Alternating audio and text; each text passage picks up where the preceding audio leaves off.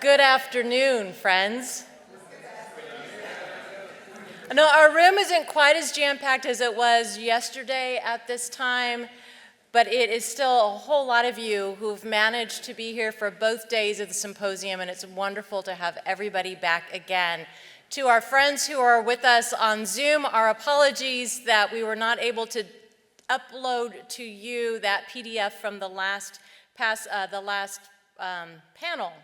But we will get it to you next week so you can at least be able to look through it, and hopefully you took copious notes. There will be a test for everybody, by the way. Show up on Monday at noon. We'll give you pen and paper, and you can sit down for a couple hours and write everything you learned. So glad you are here for our final panel on documentation. You know, we had really boring titles for these, the staff, when we were first. We just put in working titles, and it was like historic documentation, material culture. We said we have to do something sexier than that. So thank you to each of our panel moderators for coming up with fabulous titles that are much more intriguing than what we were capable of doing. Our title for this one is We Are All Here, Documenting Our Historic Places. I think this sort of pulls it all together, what we have been talking about. And seeing how it all functions. And the chair of this is Dominique Hawkins, who is a lifetime with her husband, a lifetime shareholder at the Athenaeum, and an important person not only here but nationally in her work with Preservation Design Partnership, where she's the founder of the planning and design practice. Her work addresses change at nationally significant historic sites and buildings through design, the regulatory process, and the impacts of climate change and flooding at historic properties. In 2022, the Association for Preservation Technology, and if any of you down the road at APT are watching this online, our apologies for the conflict with your conference this weekend. We are sorry that all of our friends at APT were not able to be here as well. But APT International awarded her the Harley J. McKee Award for outstanding contribution to the field of preservation technology. And you'll get a chance probably to hear a little bit about some of her work as well as the work of our outstanding panel here. So I invite you to join me in welcoming Dominique Hawkins and our panel.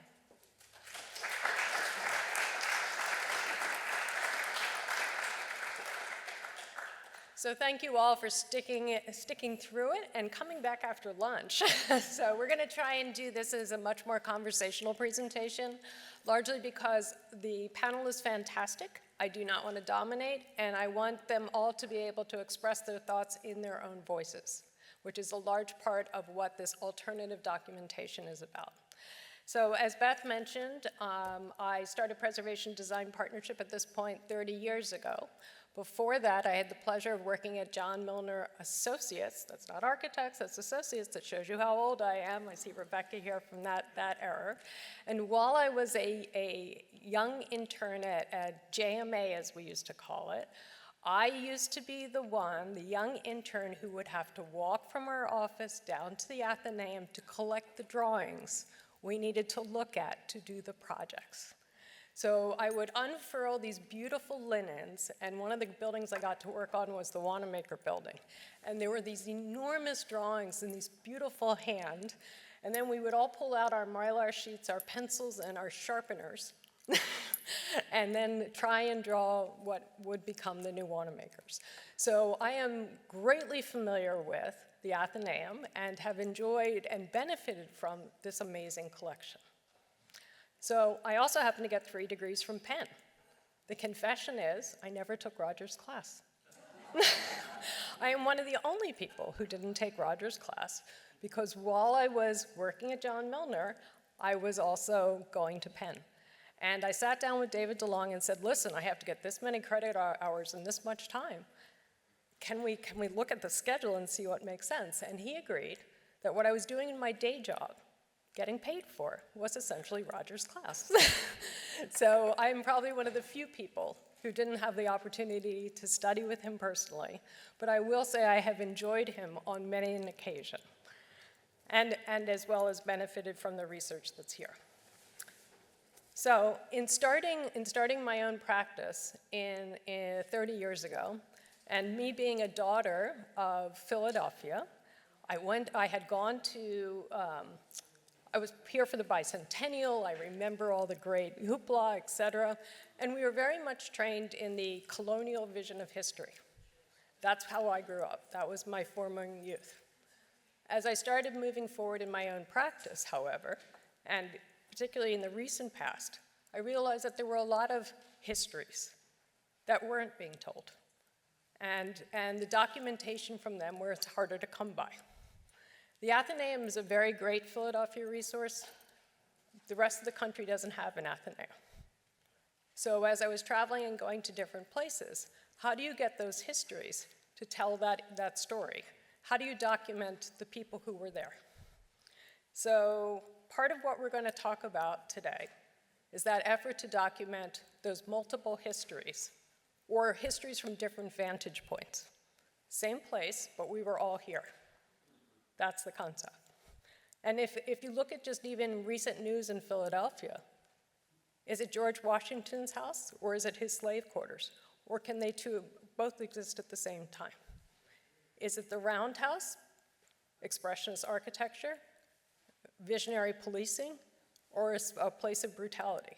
All those histories exist at the same time.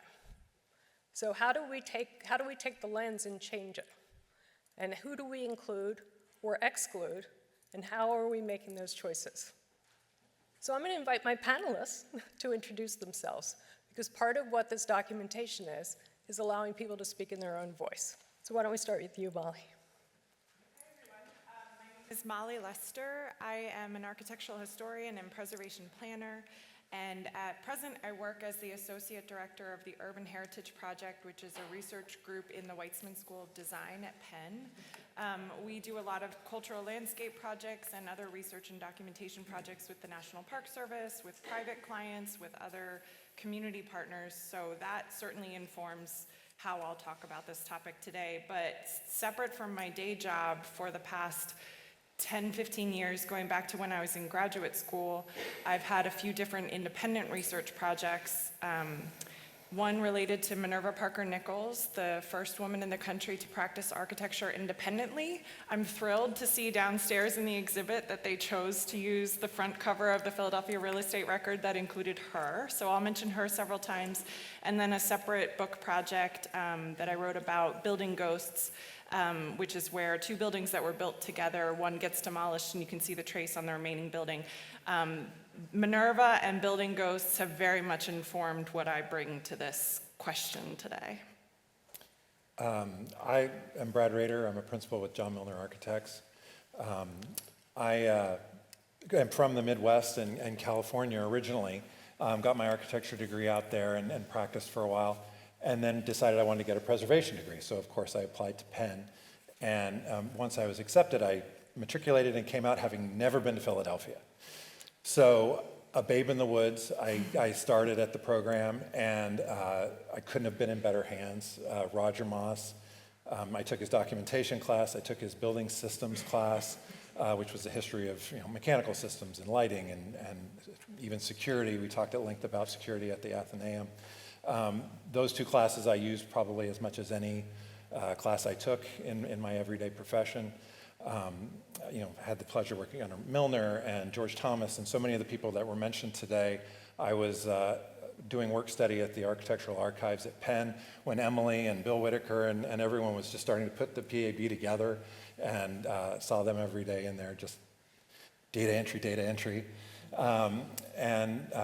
Then ultimately I started with John Milner Architects and have been there for 20 years.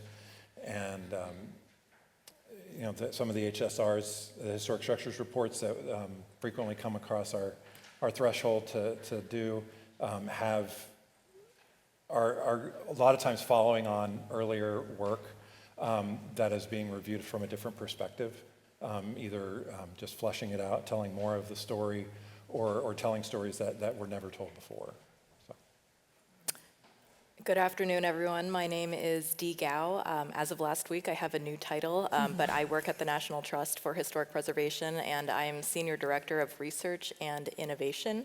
I've been at the National Trust for about 8 years, and I've held a few different roles since then. Today, I serve on the executive team. My work oversees our GIS team, which is our Geographic Information Systems, Geospatial Analysis capacity, as well as leading various place-based initiatives. Two of the big projects that I'm really focused on right now are preserving the 2,400-mile corridor of Route 66, which has just entered its centennial year, as well as launching a new initiative that's very near and dear to my heart, an initiative dedicated to supporting historic Chinatowns across the country, because Chinatowns was the neighborhood that inspired me to pursue a career in preservation, and it's just a wonderful full circle moment for me to be able to wake up every day and do that for work.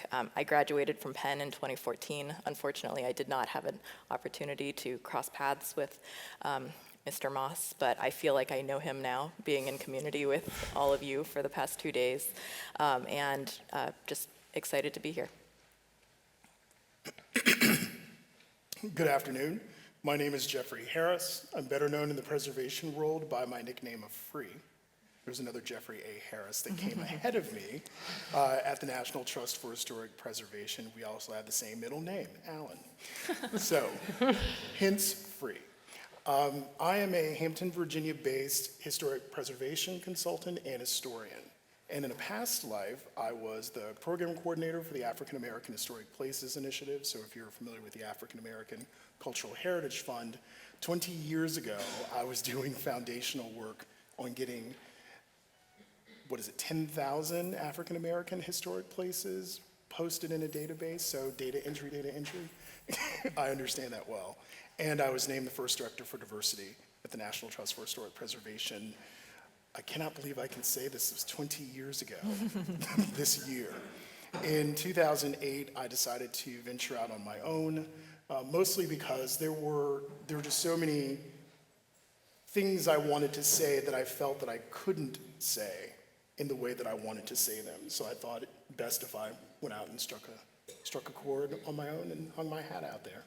And I've been doing that ever since. Thank you all. So apologies for this setup. They don't have 5 chairs with 5 mic things, so I'm not going to try and be a moderator. I'm going to really try and let this be a conversation. So Dee, if you don't mind starting, what are the different reasons people value place? You're doing such different kinds of work between Chinatowns and Route 66. So what do you think are the reasons we care, the reasons we document, because these are very different kinds of places? Yeah, I think that's a really broad and big and important question. When thinking about how to set this up and respond, I thought I'd offer an anecdote and then try to respond in a more tactical way about documentation. I can trace my drive to pursue a career in preservation back to an experience I had while living in Manhattan's Chinatown after I graduated from college. And I used to live in an old tenement building on Pell Street. If you are familiar with the neighborhood, there were 5 original historic streets from the 19th century. Pell was a 2-block street. It's incredibly dense and vibrant.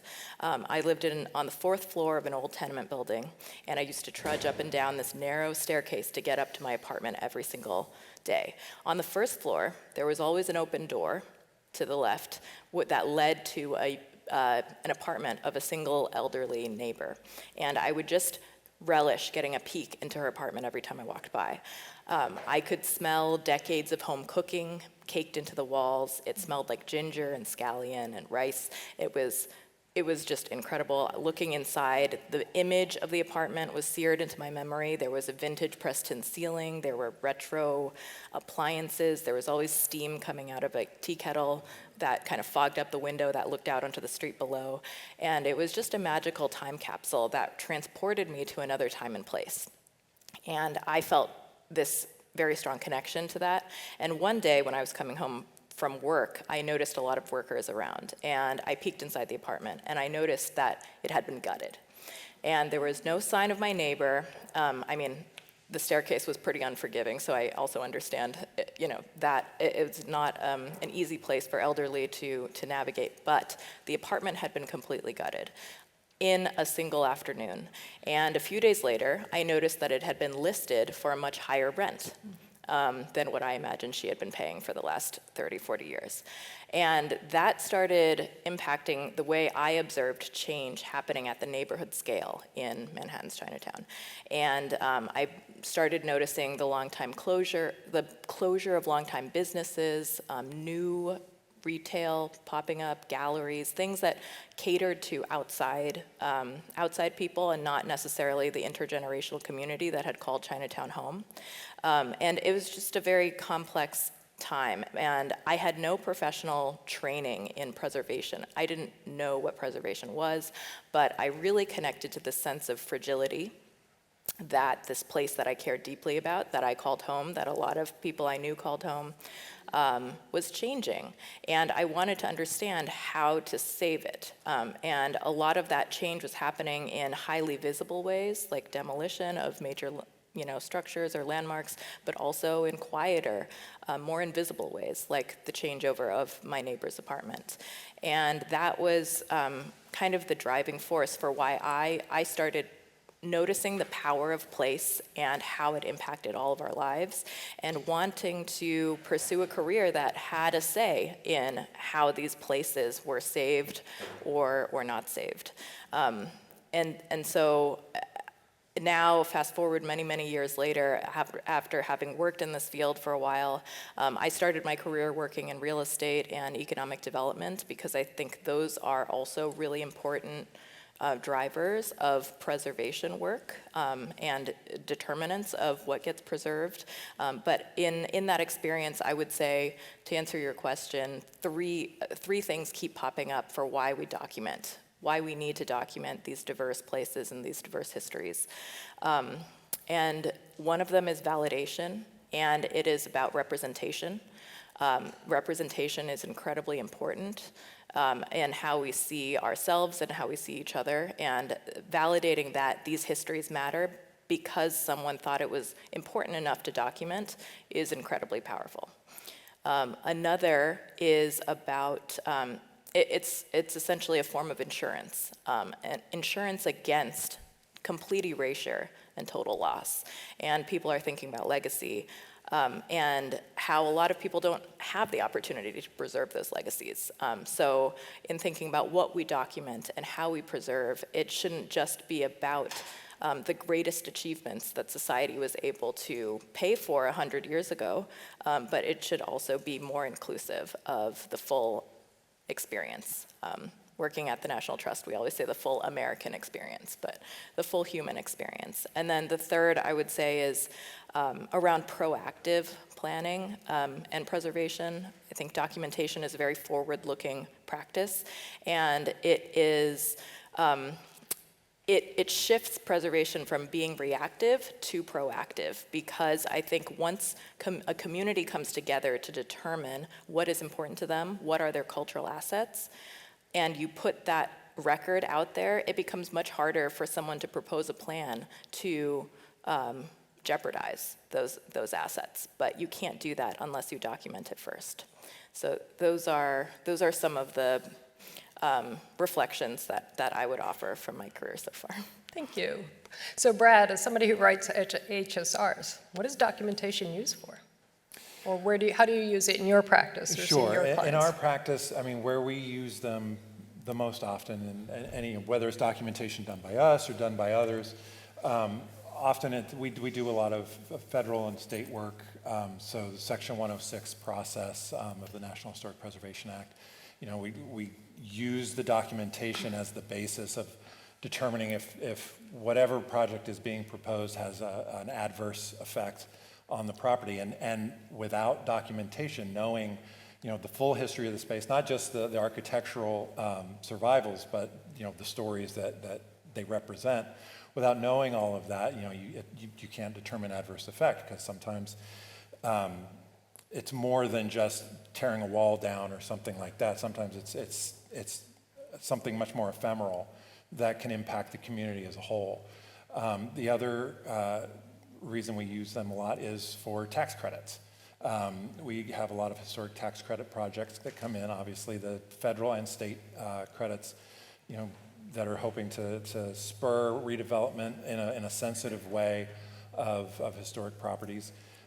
It's much the same thing. The Park Service or the State Historic Preservation Office oversees those tax credits and are ensuring that everything is done right. Again, without the documentation to tell us what's important in a given space, it's impossible to know. So a lot of times, we will start with a documentation, either it's a historic structures report or a National Register nomination to get a baseline for what's significant about the property, and then go from there going through the tax credit process. Great, thank you. So Free, I'm going to put a question to you, sir. Sure. Not a problem. So you've had a lot of experience in telling very different kinds of stories. Yeah. And I would say you were at the forefront in many ways of doing so. So can you share with us what are those benefits, or what do you see, since you've been doing it for so long? Yeah. How have people's perceptions changed, or how was it, what were some of the challenges you faced at the beginning in trying to say these stories matter? So generally speaking, my approach to everything goes back to my academic history training. So I'm an historian by training, not an architectural historian, not a preservationist. So I automatically start going for books, then primary source materials, the sort of classic things that historians do to sort of build what I'm looking for. What I found when I moved in the historic preservation realm is that I'd never really considered place. Place became a very important angle now for me to see, how can I tell a better story now? Because it could very well be that this place could just be where something did happen. However, it could be that the place really did inform why something else happened. So I had to really rethink differently. And in so doing, and because of my love of African American history, I was like, well, let me start finding out stories of where Black people were. And I did that on my own before I started at the National Trust, and it just so happened that the National Trust got a grant to do these things, generally speaking, for African American historic places across the country. And what I found through 10,000 different places that I identified was that there are African American stories in every state, every territory where you could go. I was so excited finding an AME church in Yankton, South Dakota. I was excited learning about the Alcan Highway in Alaska and knowing that they had African American histories. When I became director for diversity, what I wanted then to do was to expand that into all of the other groups that I could think of, but not simply based on race or ethnicity or culture. I also did a master's degree in US sport history on a boxing topic. So I became very fascinated by sports-related historic places. My father was a Marine. I'm also interested in military-related historic places. The idea of diversity for me was the idea of expanding what our historical narrative should be. It's always been limited, and I always am looking for ways, including now through preservation, to expand our understanding of who we are through places, through our historical narrative. And that's the work that I've dedicated myself to for the last 20 years. Terrific. So one of the critiques of preservation is that it's actually very elitist. And how we think about it in terms of acknowledging that places matter for lots of people for different reasons that may not be about the picture postcard view is one of those challenges. So Brad, do you want to take that on? If you don't, I will. Well, no, I think, to expand on what Free said about expanding significance, if you look at the National Register criteria, it's people, events, and significant architecture or architects, and prehistory. But expanding what people matter and what events matter is the best way to, so to speak, democratize documentation, which is a phrase I got from you, Dominique. Obviously in the 60s and 70s, when that first rush of National Register nominations and National Historic Landmarks were made, it was the fanciest buildings and the most important people and then the obvious events. And over especially the last 20 years, through the efforts of people like Free and Dee and Molly, that those stories get broadened and they get deeper. And I think that continuing to push in that direction, I think for me personally, like a interest of mine is kind of a socioeconomic story. I mean, obviously there's a socioeconomic story with lots of underserved communities, but for me coming from the Midwest, I look at a lot of these small farming communities and stuff where very rarely, for those who are familiar, it's not everybody has a Louis Sullivan Bank in the middle of Iowa in some small town. Most of these, there might be significant architecture, but these are communities that were 2,000 people in the 1930s and 40s, and now they're 500. Or they were 400, and now they're 20. And these places are just dissolving into the ground. And occasionally you'll see a National Trust endangered sites where it's rural schoolhouses or it's rural churches or something like that. But for the most part, these places go undocumented. And most of those 20 people that are still in that place are generational residents who have oral histories that are, go a long way back. And so my hope is that as we continue to broaden and deepen the definition of significance, that that's one area that we can go to make sure we're telling the full American story. Thank you. So I have had experience in working in a lot of different kinds of communities. African American, Native American, lots of different kinds of places. And one of the biggest challenges is, in all honesty, trust. Because the reality is that not everyone has been kind to everyone's histories and inclusive in them. So in thinking about how you gain trust to make someone comfortable enough to share their history, and I know I didn't give you this question, Dee, but I'd love for you to start. Okay. I mean, I think there is, in equity work, a lot of my work at the National Trust has been focused on expanding the people who can benefit from preservation tools, particularly to groups who have not traditionally been able to benefit from these tools for a variety of systemic reasons. And I think two concepts really are swimming around in my head in response to this question. One is having a seat at the table, and who is practicing preservation? Who is practicing preservation? What is your proximity to the relationships in the communities that you're trying to serve?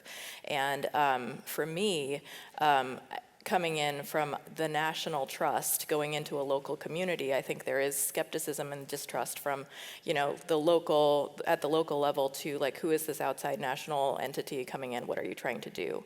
And there is a lot of skepticism about the tools and impacts of preservation itself. In most Chinatown communities, for instance, there is this perception that that historic designation is going to make it harder, more restrictive, and more expensive to actually run and maintain their buildings as apartments, as space for stores and mom and pop shops to operate. It's simply not an option to go for the more expensive window option or something like that for many of these communities. So I think there is both the perception and the reality that there's a disconnect between what preservation says it's valuing and the actual impact that it is having on these people. So that's not that's not a small thing to overcome. But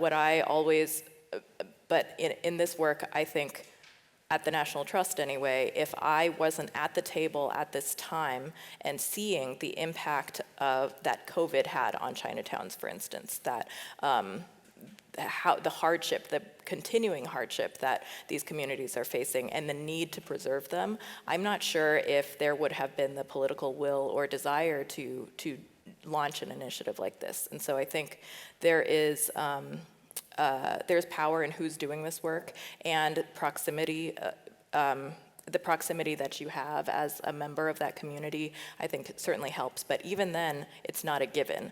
And so I always try to state the purpose of what we're trying to work towards, demonstrate awareness of the complexity of doing preservation work in the context of a historically marginalized community, understanding that that's not the same as doing work elsewhere, and letting people know that this is where you stand and what you're trying to build towards and what you're trying to avoid.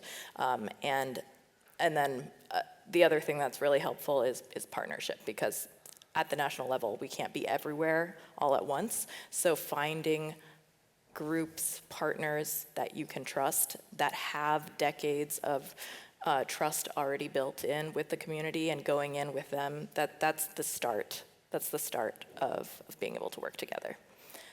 That's how I've navigated it. Can I offer a quick anecdote? Absolutely. So I had the opportunity to work on my first architectural survey as a consulting historian. I'd never done that before. It was Thomas W. Boyd Jr., who's first African-American architect in Rochester, New York. And one of the concerns that the original team had was that they did not have an African-American person on their team at all. They were aware of the work that I do in terms of historic interpretations and things like that, so I got a call. And when I was brought on board, I was let know that the granddaughter of Thomas W. Boyd was very skeptical, because apparently in Rochester, Boyd had been known for one particular project. I think it's a Firestone building, or he worked for Firestone. There was a massive hospital. This is now a couple of years ago, so it's leaving my head.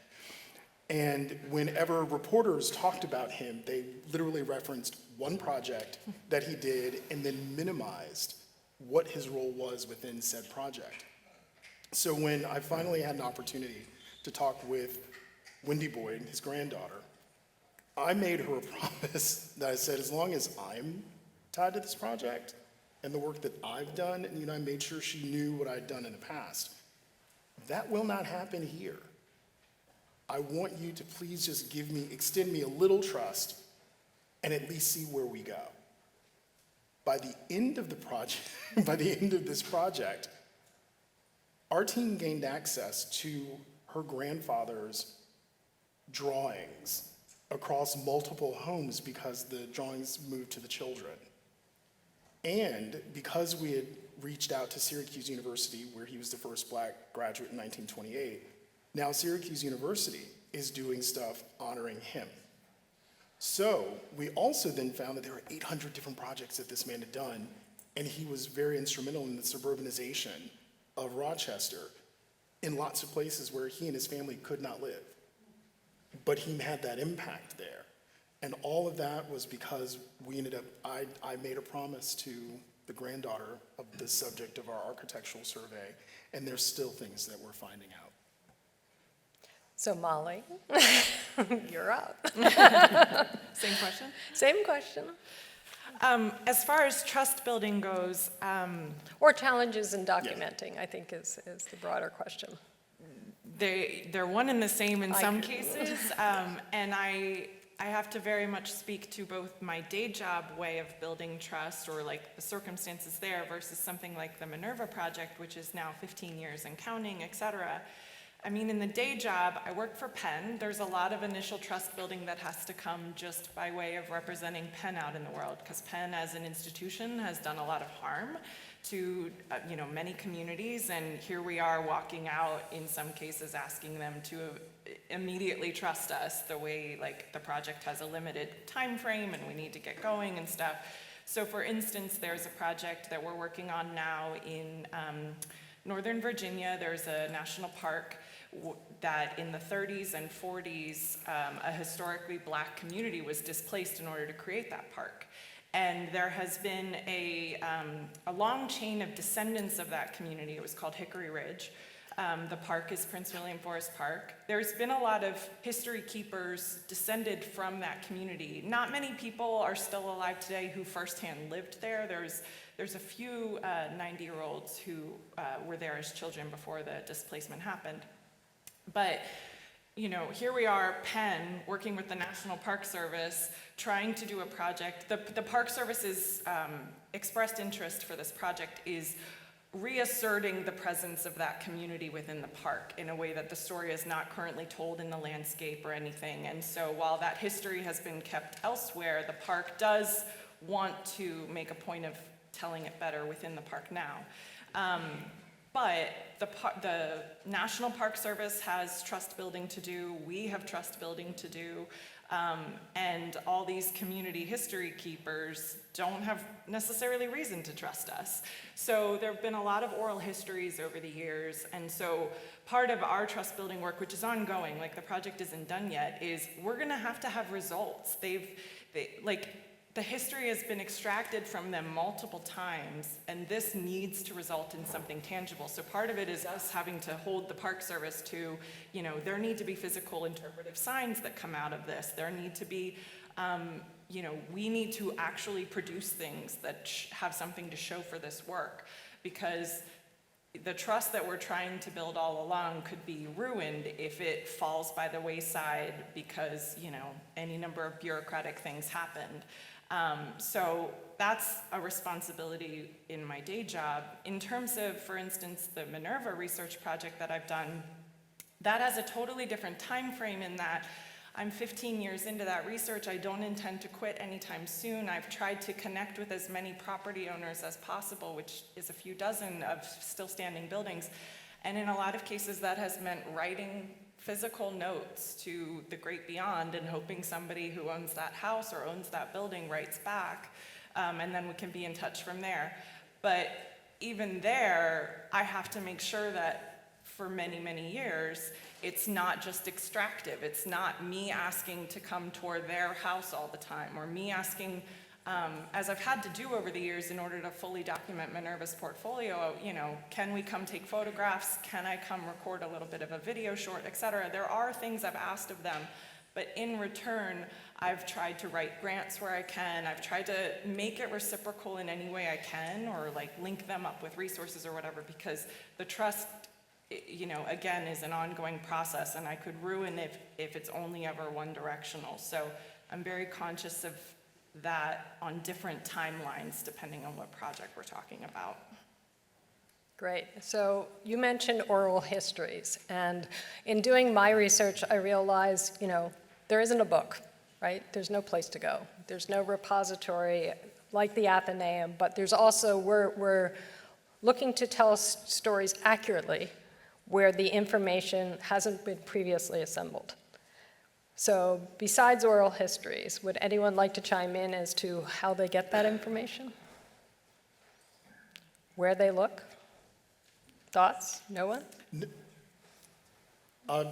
I recently did the first phase of a historic context study for Raleigh, North Carolina's LGBTQIA+ community. And one of the most interesting sources of information that I found were people bringing ephemera from clubs to me. So I now had addresses that I did, you know, I knew names of places, but I didn't know the address. But there it was in a matchbook, or there it was on a napkin because it was a private club, or there it was, you know, in, again, all these ephemera, and I'm like, thank you so much. I could now create a map of where, you know, I knew names, but I didn't have all of the addresses, and I didn't know where. And that was one area that surprised me, to be fair. It really did. Does anyone else on the panel want to offer? Well, I just want to, as far as oral histories go, they are a very authoritative source, of course, but there are many circles where that wouldn't be trusted as an authoritative source. And so I don't want to treat it as a given necessarily that everybody accepts that in the way that I think they should. You know, for instance, with Minerva, when I was initially, in the early years, some people did know about her significance, but there was a lot of audiences that I was in front of trying to argue about her significance, and it was a circular argument of, How can she be significant if she isn't already in the sources? So things like oral histories that come at this question from other angles need to be treated with the authority that I think they deserve, even if a book hasn't captured some of these histories appropriately. I would just raise, I think I see this dynamic happening in both of the main projects that I'm working on along Route 66, which is kind of capturing this very quirky Americana, humble history along the mother road of the United States and in Chinatowns. A few approaches that we've been experimenting with at the National Trust. One is crowdsourcing, and this kind of goes back to this democratizing documentation, but doing very intentional crowdsourcing outreach pushes, both in the digital space and in the and with boots on the ground. That has been yielding very interesting results, and I think both in terms of that project and in Chinatowns, for instance, one of the biggest challenges is getting people to realize that their historic artifacts or evidence is actually of value, that because most of them don't have that perception that like their story matters, that even their oral histories that they could offer, no one's ever asked them that before, or any physical artifacts associated with it. So a lot of it is education and very intentional outreach, soliciting it, but then to Molly, your point about being able to deliver results, like that is a very, important responsibility for what you do when people do translate that to you. The last thing I'll say is touching on partnerships. There is an interesting trend of community archiving projects that I'm noticing in a lot of Chinatowns, where a lot of community-based organizations, they don't have experience in curation or archives at all, but people, are donating boxes of things that are really important to that community, to them, and they're sitting in basements. And a lot of them are thinking about, how do we make this publicly accessible? Like, there's a really great group out of Manhattan's Chinatown called Think Chinatown, and they're actively exploring how to become a community archive. So I think there's a lot of cross-pollination opportunities from the professionalized field to work with these kind of greener community organizations to bring some expertise and some best practices so that people can better steward their community legacies. So I also have a lot of experience in going into neighborhoods and saying, guys, I'm here to help you, right? But I got a clock, I got a project, it's got to be done, and building that trust is obviously critically important from the beginning. It really helps to have a liaison in the neighborhood who they trust, who trust you to be that communicator and that glue.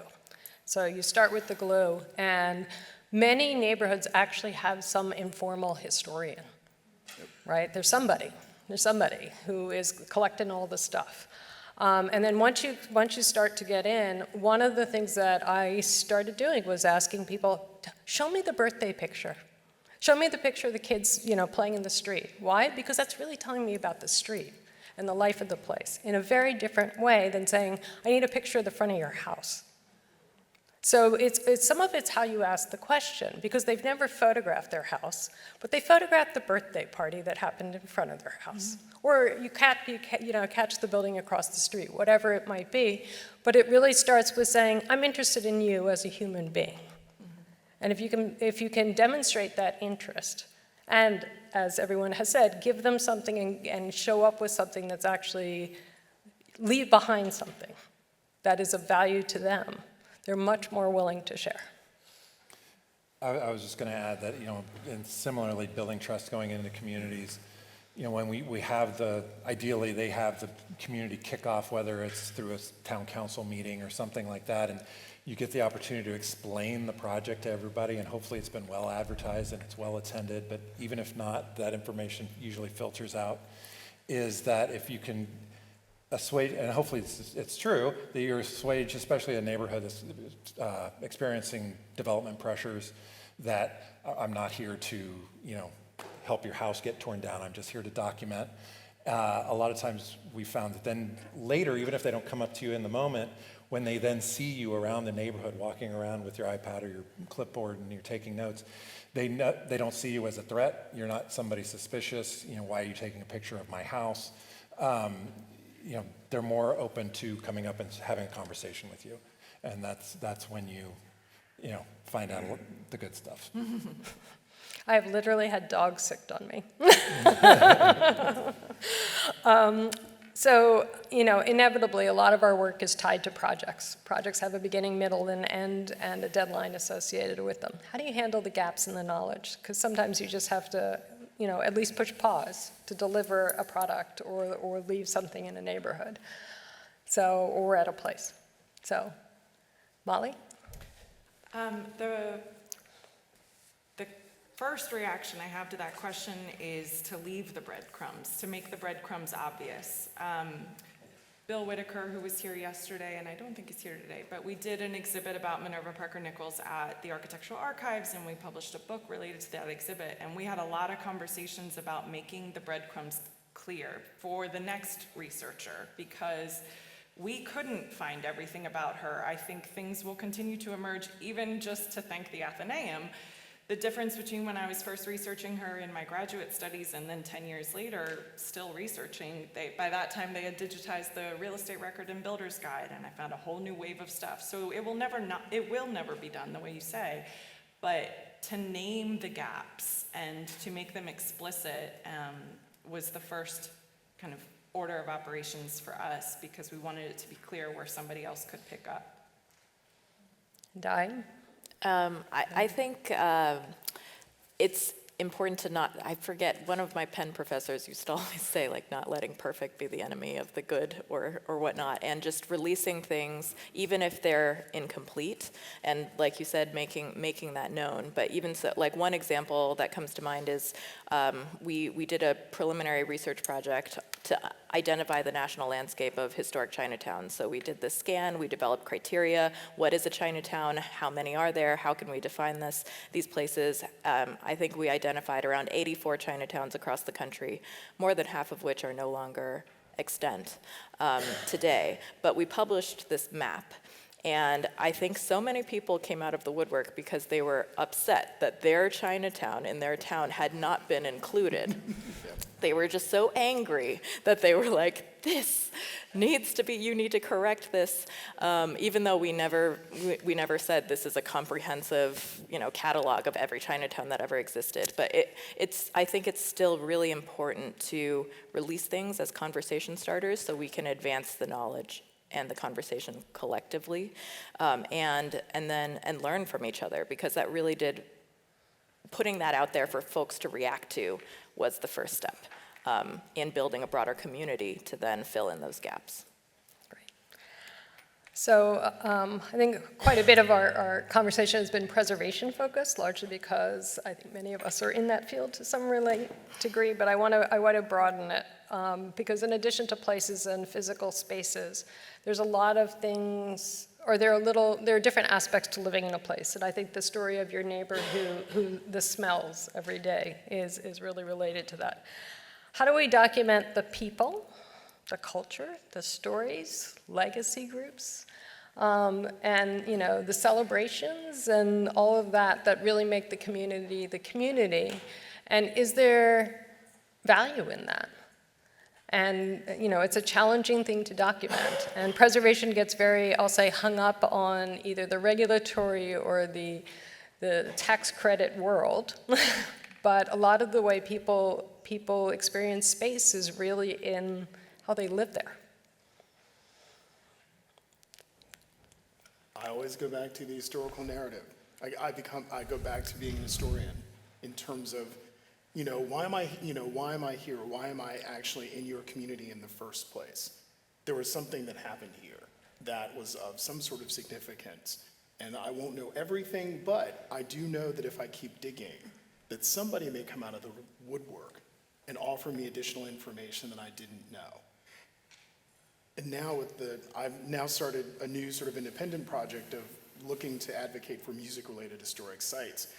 I've now been finding that communities have been particularly interesting with regard to the places where they go to concerts, or musicians who live in their communities, and they have 15 cents to add about whether, I'm trying to remember, it was one place where the issue was noise. There was a noise concern. And guess where the noise concern was? Aberdeen, Washington, where Kurt Cobain lived. And if anyone is familiar at all with the band Nirvana, I think I understood immediately, like, oh, noise. I like the music, but I get it's loud. So even that becomes an interesting conversation for the broader community, because they are now in the process of really working to find ways to honor not only Kurt Cobain through his childhood home, but also grunge music as an art form, so that the broader community is now, I think, it's been about 10 years, I think, but they're really getting into a rhythm of sort of looking at grunge in a cultural context, not simply preservation, not simply its history, but how does this fit? And I love that.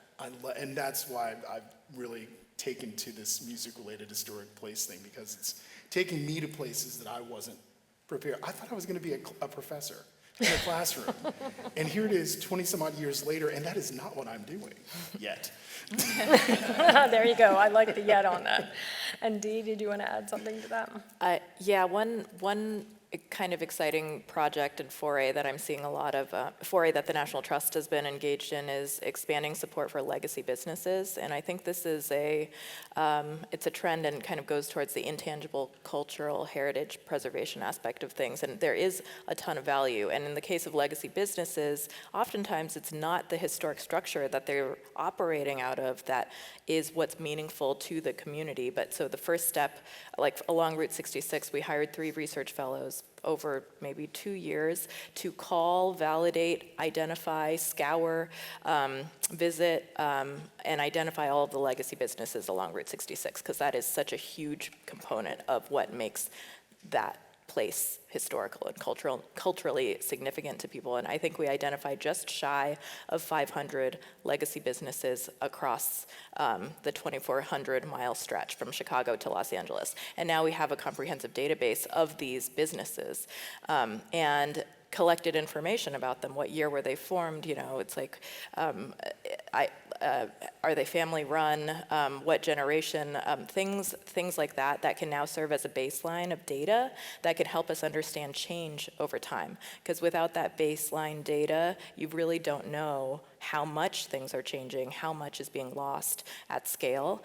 So I think that's just one project I wanted to raise in the space around moving outside of the buildings themselves, but into some of the structures and the ways of life that animate those buildings, and how we begin to preserve those legacies as well.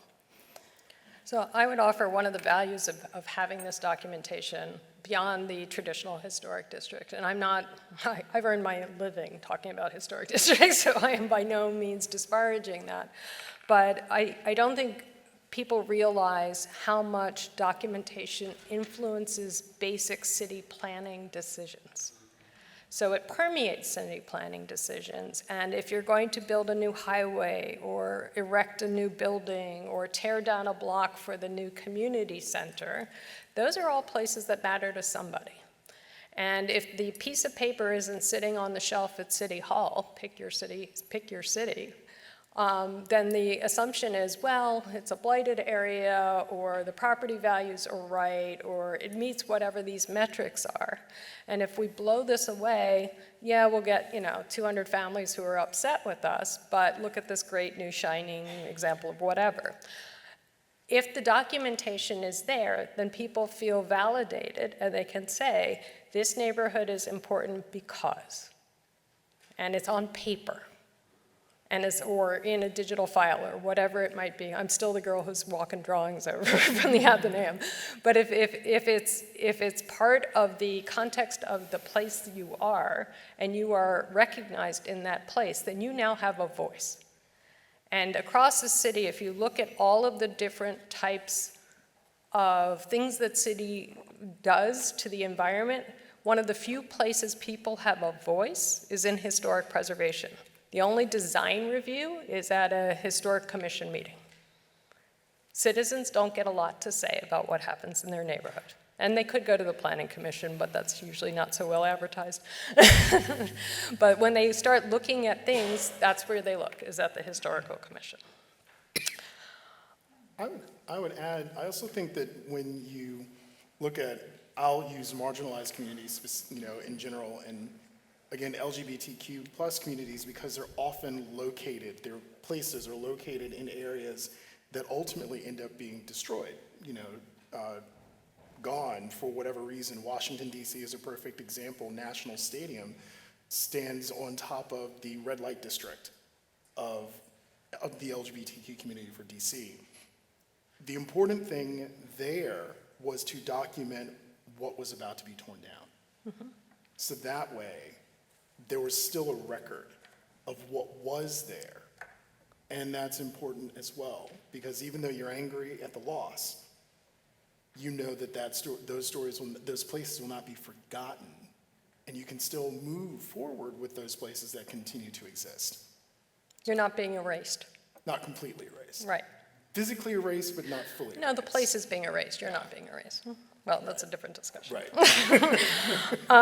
Okay, so one of the the beauties of the internet, I can sit in my office now and I don't have to come to the Athenaeum, although I love the building. But how can we gather all this information, and particularly about communities who aren't necessarily used to hunting down their own histories. How can this be shared to a varied audience? It shouldn't be on a shelf, but and this is, I'm going to ask you all to freeform this one, because this is a really hard question, because a lot of the work we do is so project-driven and so specifically focused that it's not necessarily, it's hard to piece it all together from everywhere, except if you work at the National Trust and you have this amazing database that can do that, and you're cross jurisdictional lines and all that sort of stuff. Any thoughts? I'll say for the projects that I've mentioned that are kind of on my own, first and foremost, I've built my own websites for each of those as a way to capture the ongoing process, put the research forward for audiences that may not make it to the original repository, et cetera, just to make it more available in that sense. But then also, I made a podcast about Minerva. I made video shorts about Minerva, because while I have taken the traditional route in some ways of like a National Register nomination and some other more traditional preservation tools, my main goal with that whole research project is I hope people care about her. And so it's as much about the storytelling and finding different media to tell the story, as it is about like sticking to, a formal report of sorts. So for me, it's been kind of experimenting with storytelling that is not just confined to, the scholarly audience that I move among otherwise or whatever, as a way to try to broaden the base of people who care about her story. And I would apply that to like other different projects I've done. One thing I'd add, as part of the Section 106 process, when we do find adverse effect, the next step is then to mitigate that adverse effect in some way, whether it's reinstalling elements that are being removed somewhere else, or doing interpretive panels that show the previous look of the space or tell a little bit of the history. More and more, a popular approach is to do a website and talk about the history of the place, how it developed, how it changed, where it is now. I think I would just stress on that. It got really popular, and it's already starting to get some pushback, because if it's not well advertised and people don't know about the website and how to get there, what good, if nobody comes, what's the point? And the other is maintenance. People see it as like, oh, this is easy. We don't have to put anything in the building. We don't have to maintain anything. This is just a website. It'll just sit there. Well, you still have to maintain a website, through technological changes. It's not just a one and done, set it and forget it. You have to, and ideally, as talking about gaps, as further research is done, you update it and tell a better story. But so I just wanted to add that on websites. Anyone else? Yeah, I should say, I use them as a both and, not Oh, instead no, I of wasn't them. critiquing yours. I agree, because they can't take the place of some of these other things. We use a lot of story maps because a lot of our data is place-based, and so there's a lot of the mapping technology and like the legacy business database I was talking about earlier, like that's not good to anyone except for the occasional researcher that might be looking for something like that, unless we help the public interpret it and find meaning in it. And so the story map function, which is a really, I think, visually compelling way to view information and place-based data has been our main avenue for getting it out there. We've also been experimenting with different partnerships, like we have an active partnership with Google Arts and Culture to develop these online digital collections and hubs for some of the research and stories that we've been able to tell. We did one for America's Chinatowns, and we did one for Route 66, which just launched last week. And there's some scary stuff happening on some of those things, like AI experiments where they're bringing to life historic photographs and things like that, but they're kind of doing so in a way that where we're at least seeing how and what the scope is of those AI experiments, and it's definitely stoking some conversation around ethics and other factors. But the fact is, that's here. That's how a lot of people are encountering this information and engaging with it. And so I think we really need to build literacy on that front as we continue to bring it out to more audiences. And the last thing, a lot of people are encountering history, especially community-driven history, through social media. Like there are 20-year-old TikTokers out there that are telling these histories and distilling them and putting them in, creating these videos that tell these stories in ways that people are actively used to consuming them. And I think that's something that as a field we need to get better at doing. I actually found that Ancestry.com is an amazingly great resource for documenting place. So, I mean, I would say also look towards those other sources where you can get information that you wouldn't necessarily think about from a preservation perspective, but people are telling their own stories on those sorts of sites. So you can actually glean information if you can focus the question properly in terms of finding out things that they wouldn't necessarily share otherwise. Did you want to offer something, Free? Well, I was just going to say, the idea of looking at where people are now, the TikToks, the YouTubes, I'd love to do a podcast myself on music-related historic sites. But, just sort of meet people where they are, and I'm saying that as somebody who is not technologically gifted. So, but, it's worth the effort, I think, if the idea is that we're going to move forward this notion of people being better engaged with in my mind, historic places, getting better engaged with historic narratives, and meeting people that they did not know previously, and then figuring out a way that, they're like me. We have these things in common, even though we may not look alike, or we don't love alike, or we don't whatever alike. But those commonalities become important and relevant. And, we all need extra supporters and friends and benefactors and all that good stuff.